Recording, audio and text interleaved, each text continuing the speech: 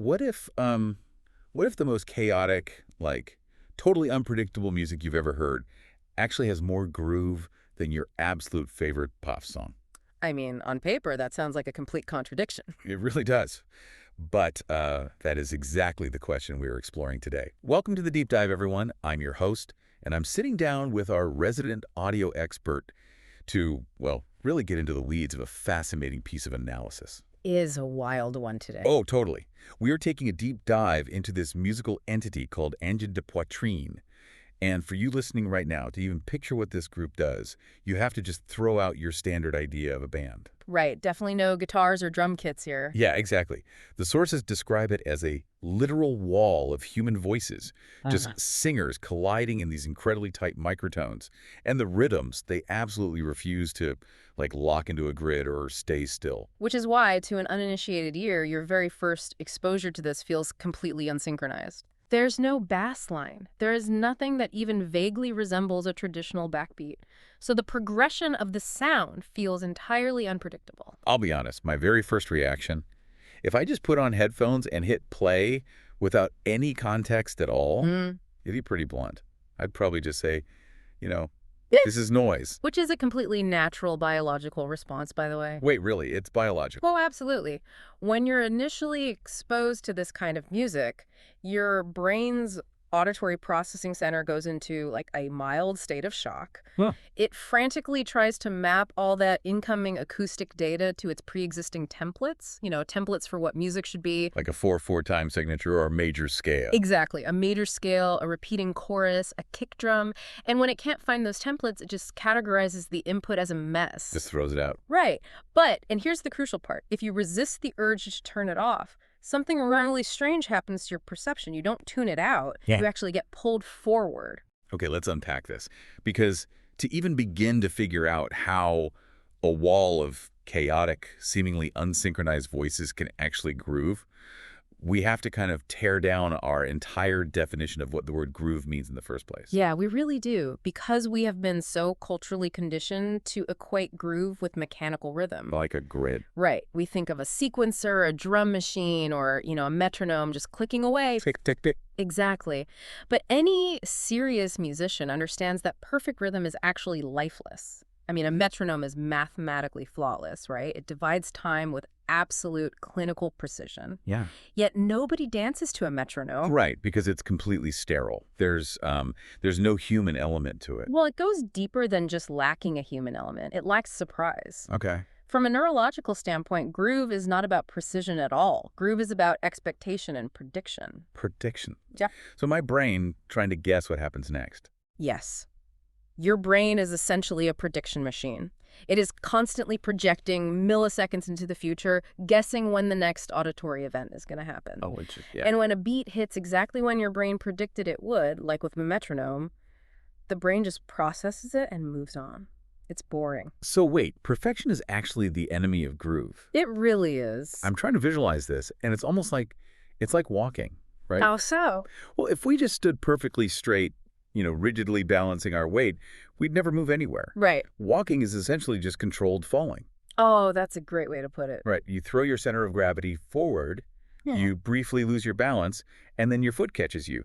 You're constantly disrupting your own stability to, like, create forward momentum. That is a highly accurate way to model it, controlled falling, because that tiny space between the loss of balance and the catch, that imperfection, that is exactly where the momentum lives. Wow. I mean, look at the history of funk music or legendary hip-hop producers like Jay Dilla. Oh, yeah. Dilla's drum beats are iconic. They are. And they didn't program their drums to hit perfectly on a grid. They played the snare drum just a fraction of a millisecond late. They drag it. They make it feel, lazy or relaxed. We do. And neuroscientists can actually track what happens in your head when they do that. Wait, literally map it in the brain. Yeah. So your brain predicts the snare hit, but the snare doesn't arrive on time. So for a fraction of a millisecond, your brain registers a prediction error. Huh. It creates this tiny spike of cognitive tension, and then bam, the snare hits. The tension resolves, and your brain releases a microdose of dopamine as a reward for updating its model. That is wild. So you get a chemical reward for your brain fixing its own mistake. Exactly. That cycle of prediction Tiny failure and resolution is what actually makes you tap your foot. Yeah. Groove is literally prediction in motion. Okay, but wait. I get Jay Dilla. I totally get funk bands playing slightly behind the beat, but they still have a foundational beat to play behind. If you strip away the drum kit entirely, if you remove the bass line and the chord progression, like Angine de Poitrine does, there's no grid to push and pull against. Right, it feels completely unmoored. Yeah. So how can something that sounds like a chaotic wall of voices provide like any expectation for the brain to latch onto? Well, to answer that, we have to make a very hard distinction here between complexity and randomness. Okay. When people hear highly experimental music, they tend to use those two words interchangeably. But in information theory, true randomness has a very specific meaning. What's the definition? True randomness has no memory, it has no underlying structure, and it has absolutely no direction. So it's like television static. Yes, perfect example. Like every single pop and hiss of static has absolutely zero relationship to the noise that happened a millisecond before it. Exactly. And if the vocal performances of Angine de Poitrine were truly random, like that static, the ensemble would collapse almost immediately. Like you can't coordinate randomness. Right. A group of 20 humans cannot collectively sustain pure mathematical randomness. They would just drift into an unlistenable mud. Yeah, that makes sense. But they don't collapse. They sustain these massive evolving vocal structures for 20 minutes or longer. They stay completely locked in. Which implies they are following rules. They have to be. Even if I can't hear a snare drum, they have to be anchoring to something in that room. They are. They are anchoring to physical, behavioral cues. Body language. Exactly. Underneath that apparent acoustic disorder, there is a very rigid, hyper-focused system of shared rules. They are bound together by collective listening. So they aren't just doing their own thing. No, not at all. They are visually tracking the rise and fall of each other's diaphragms to monitor breathing. Wow. Yeah, they're reading muscle tension, physical gestures, and the shared energy in the room. They aren't counting a 4/4 beat in their heads. They are reacting to human behavior in real time. Okay, here's where it gets really interesting. Because if they are tracking local cues, just reacting to the person immediately next to them, it functions exactly like a murmuration of starlings. Oh, yes. That is a brilliant analogy. Right. If you ever watched thousands of birds flying in those massive shifting clouds at sunset, you know there was no lead bird shouting out coordinates. Right. Nobody is in charge. Exactly. A single bird is only paying attention to what, like, the 6 or 7 birds closest to it. If the neighbor banks left, it banks left. And through those millions of micro-adjustments, a highly complex global shape emerges. Yeah. The flock swoops and dives as a single fluid unit. Nobody is commanding the movement from the top down. The order emerges from the bottom up entirely through interaction. I love that visual so much, Right. but I need an auditory visual, so to speak. Okay, lay it on me. Paint me an acoustic picture here. If this vocal flock is moving together, but they are actively avoiding a metronomic tempo, what is the wind they are pushing against? Like, what is the listener actually tapping their foot to? The listener is tapping their foot to what auditory researchers call the informational pulse. Informational pulse, what is that? Well, the human brain doesn't only measure time in terms of equidistant chronometric ticks. It measures time through transitions. Transitions. Yeah, it measures changes in state. So the groove lives inside the transition itself. Exactly. Think about the density of sound. Imagine 15 vocalists in a room. They aren't singing lyrics, just holding long, resonant vowel sounds. Just like an ah or something. Right. And slowly, one by one, they start to slide their pitches close together, creating a tighter and tighter cluster of notes. Oh, man. The acoustic pressure in the room physically increases. The sonic mass feels like it's expanding, getting heavier, more claustrophobic. Yeah. And then simultaneously, they all break apart into a wide, spacious harmony. Oh, wow. It's tracking the physical weight of the sound. Yes. It's like you don't count the individual voices, just like you don't stand on a beach and try to count the individual water droplets in a wave. Exactly. You just feel the overarching cycle of the tide. Right. The ocean doesn't crash on the shore in perfect metronomic intervals, Yeah. but it clearly breathes. It has a heavy, undeniable rhythm. And that breath is the informational pulse. Angine de Poitrine creates these massive sonic shapes that inhale and exhale. I can almost feel that in my chest just talking about it. Right. They accelerate their internal movements, creating this sense of rushing forward, and then they suddenly pause, leaving you suspended in silence. Wow. So the groove isn't located in the individual notes they're singing. The groove is the architecture of that motion. The motion itself seems to follow a very specific narrative arc, too, based on the sources. Oh, absolutely. These performances cycle through a very distinct pattern. Hmm. Order, collapse. Order, collapse. Yes, over and over. Like, they will establish a beautiful, complex vocal chord. And then instead of just writing it out and letting the audience enjoy it for 5 minutes, they intentionally destroy it. They push the system to the absolute brink of failure. Which is so intense. It is. They let the harmony devolve into dissonance, letting the voices fragment and scatter. I have to say, I'm still struggling with this from a listener's perspective. How so? Well, I understand the mechanics of the tide, sure. But listening to 20 minutes of an ensemble deliberately destroying their own stability sounds less like a groove and more like a panic attack. That's a fair point. Where is the actual enjoyment in having the rug constantly pulled out from under you? The enjoyment actually stems from how your brain processes survival and resolution. Okay. Let's return to the brain as a prediction machine, right? Right. When the vocalists establish an orderly pattern, your brain relaxes. It says, okay, I understand the rules of this room. Safe space. Exactly. But when the ensemble begins to sabotage that order, introducing dissonance and fragmenting the voices, your brain's predictive models start to fail. Because it doesn't know what's coming next. Right. And this generates a very real physiological tension. Your heart rate might elevate slightly. You are experiencing cognitive friction. Because my brain hates not knowing what's going to happen next. But then, and this is the magic part, out of that chaos, the ensemble finds a new point of synchronization. They lock into a new harmony. Oh, I see. The tension is suddenly released and the cognitive reward is profound. It's an immense rush of satisfaction. And just as you get comfortable with the new order, they begin to destabilize it again. That sounds exactly like the mechanics of storytelling. It really does, doesn't it? I mean, think about any great movie or novel. It is entirely built on conflict and resolution. Right. If you bought a ticket to a 2-hour movie and the entire film was just the characters sitting in a living room perfectly happy with zero problems, you would walk out of the theater in 10 minutes. You'd be bored to tears. You require the collapse. You need the conflict to make the resolution meaningful. That is a perfect way to look at it. It is structural storytelling without a single word. There is no language. There is no lyrical narrative telling you how you are supposed to feel. You are experiencing the tension of a thriller movie, but it's being communicated entirely through the physics of acoustic pressure. That's incredible. And because the environment is constantly shifting between stability and instability, you can never become a passive listener. Right. You can never just put it on in the background while you fold laundry.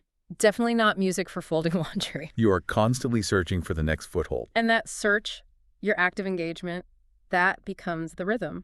Your attention itself is the beat. That is a massive paradigm shift. It changes everything about how you hear music. Yeah. But wait, if the groove isn't a drum, but rather my own brain's desperate attempt to find patterns in the tension, how does an ensemble actually manipulate the physics of sound to trigger that? What do you mean? Like mechanically, how are they creating that literal friction in the room? Okay. They frequently achieve this by utilizing what we call microtonal intervals. Okay, break that down for me. Sure. So in Western popular music, we divide an octave into 12 fixed notes. You know, the keys on a piano. Right, C, C sharp, D, and so on. Exactly. But there is an infinite spectrum of acoustic space between a C and a C sharp. Angine de Poitrine explores the spaces between the keys. Oh, I see. Because if you sing a pitch, and I sing a pitch that is just a microscopic fraction higher than yours, Yeah. we create a physical reaction in the air. Yes. We create what acousticians call a beating frequency. The beating frequency. Right. So say you sing a note at exactly 440 hertz, Okay. and I sing a note right next to you at 442 hertz. So just barely off. Barely off. The sound waves are so close in length that they literally crash into each other in the air. Wow. They undergo phase interference. And the physical result of that crash is an auditory flutter. It's a palpable wobble in the volume of the sound that occurs exactly 2 times a second. Wah, wah, wah, wah, wah. Exactly. So they are literally creating a physical pulse out of thin air just by singing out of tune with each other in a highly controlled way. That's exactly what they're doing. And when you have 15 vocalists layering these micro adjustments, those beating frequencies multiply. That must sound insane in person. It does. You get clusters of overlapping voices that sound like they're slowly rotating around the room.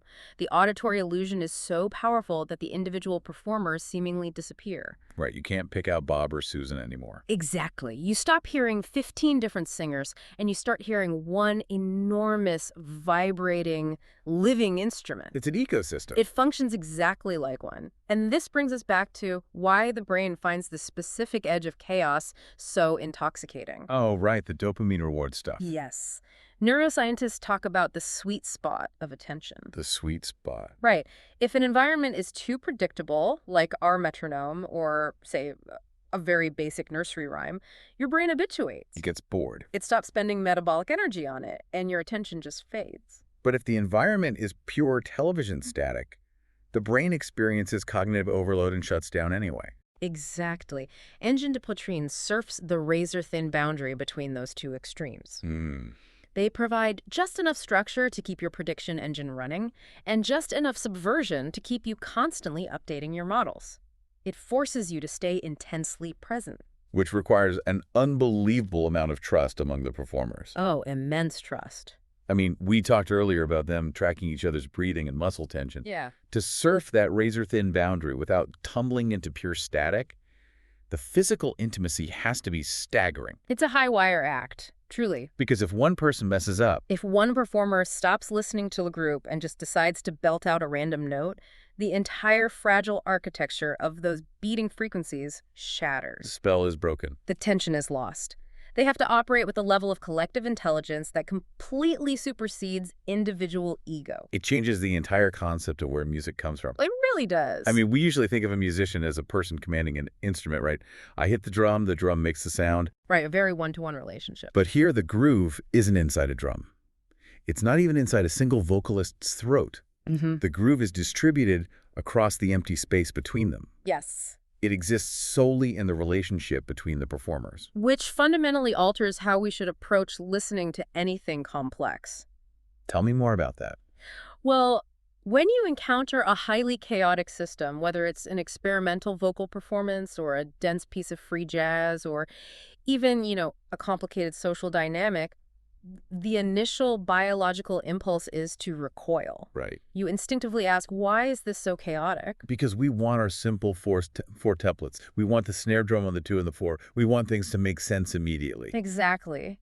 But if you can train yourself to push past that initial shock, a much more rewarding question emerges. Which is? Don't ask why it's chaotic. Assume the structure is there and ask, where is the order hiding? Oh, I love that. Where is the order hiding? Because once you stop looking for the metronome and start looking for the transition, you realize that groove is so much bigger than just keeping time. So much bigger. Groove is about adaptation. It's about a group of humans surviving constant change together, trusting each other enough to walk right up to the absolute edge of collapse and then catching each other before they fall. Because order is never a permanent state. No. Look at the natural world. Every living ecosystem breathes and fluctuates. Cities constantly evolve, tearing themselves down and rebuilding. Yeah. Our own lives oscillate daily between periods of profound certainty and terrifying uncertainty. Walking is just controlled falling. It is all controlled falling. This ensemble isn't making noise. They are simply taking the fundamental rhythm of adaptation, that informational pulse of survival, and translating it into acoustics. Wow. They are revealing a groove that most of us were simply never taught how to hear. So, to you listening right now, the next time someone tells you a piece of experimental music, or really any complex system that seems messy on the surface is just noise, try to hold out a little longer. Give it a minute. Exactly. Your brain is an incredible prediction machine. It is already doing the math. It is already searching the density and the transitions for that deeper rhythm. Yeah. You just have to be patient enough to let it find the pulse. And it leaves you with something much larger to consider outside of music entirely. Yeah. If our brains are biologically wired to hunt for this hidden informational pulse in the midst of sonic chaos, think about the everyday noise in your own life. Oh, that's interesting. Right. Whether you are navigating the chaotic, unpredictable sounds of a bustling city street or sitting in a crowded room full of overlapping, messy conversations. Just the daily grind. What if that friction isn't just cognitive overload, What if it's a groove? Exactly. What if it's a complex, emergent groove just waiting for you to stop dismissing it as random and start predicting its rhythm? What if the most chaotic, unpredictable moments of your day actually have more groove than a pop song?